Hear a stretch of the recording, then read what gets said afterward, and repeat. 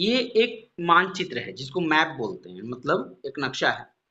12वीं सदी, क्या कह रहे हैं यहाँ पे कि 12वीं सदी के भूगोलवेता 12वीं सदी के भूगोलवेता अल इंद्रिसी को बनाया हुआ दुनिया के नक्शे का एक हिस्सा, जिसमें भारतीय उपमहाद्वीप को भूमि से समुद्र तक दिखाया गया है। मतलब यह एक कब का है, सदी किस सदी का है, तो 12वीं सदी का है। और इसको किसने बनाया, भूगोल वेता, क्या नाम है उनका, अल इंद्रिसी।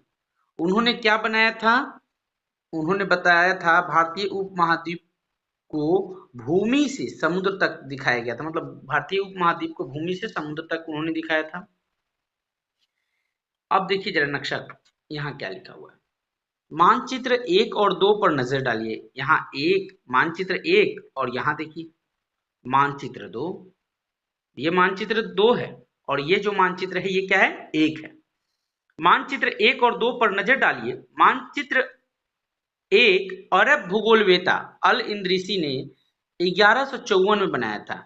तो मानचित्र 1 जो था उसको किसने बनाया था, मानचित्र 1 को किसने बनाया था, जल्दी बताइए।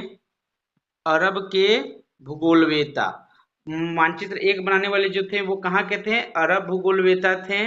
और इसको अल इंद्रिसी ने बनाया था। कब बनाया था, तो 1154 ईस्वी में, 1154 ईस्वी में बनाया था, 1154 में। यहाँ जो नक्शा दिया गया है वह उसके द्वारा बनाए गए दुनिया के बड़े मानचित्र का एक हिस्सा है। मतलब कि अल इंद्रिसी ने एक बड़ा मानचित्र बनाया था, उसी में से एक यह हिस्सा है जो मानचित्र 1 है और भारतीय उपमहाद्वीप को दर्शाता है। मतलब मानचित्र 1 जो है ना, ये भारतीय उपमहाद्वीप को क्या करता है, दर्शाता है, बताता है। मानचित्र 2 एक फ्रांसीसी मानचित्र।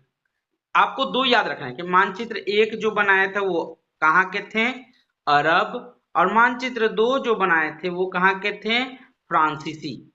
ओके, मानचित्र 2 फ्रांसीसी ने, एक फ्रांसीसी मानचित्रकार ने 1720 में, यानी कि 1154 में, 1154 में मानचित्र 1 बना और 1720 में मानचित्र 2 बन गया। अच्छा,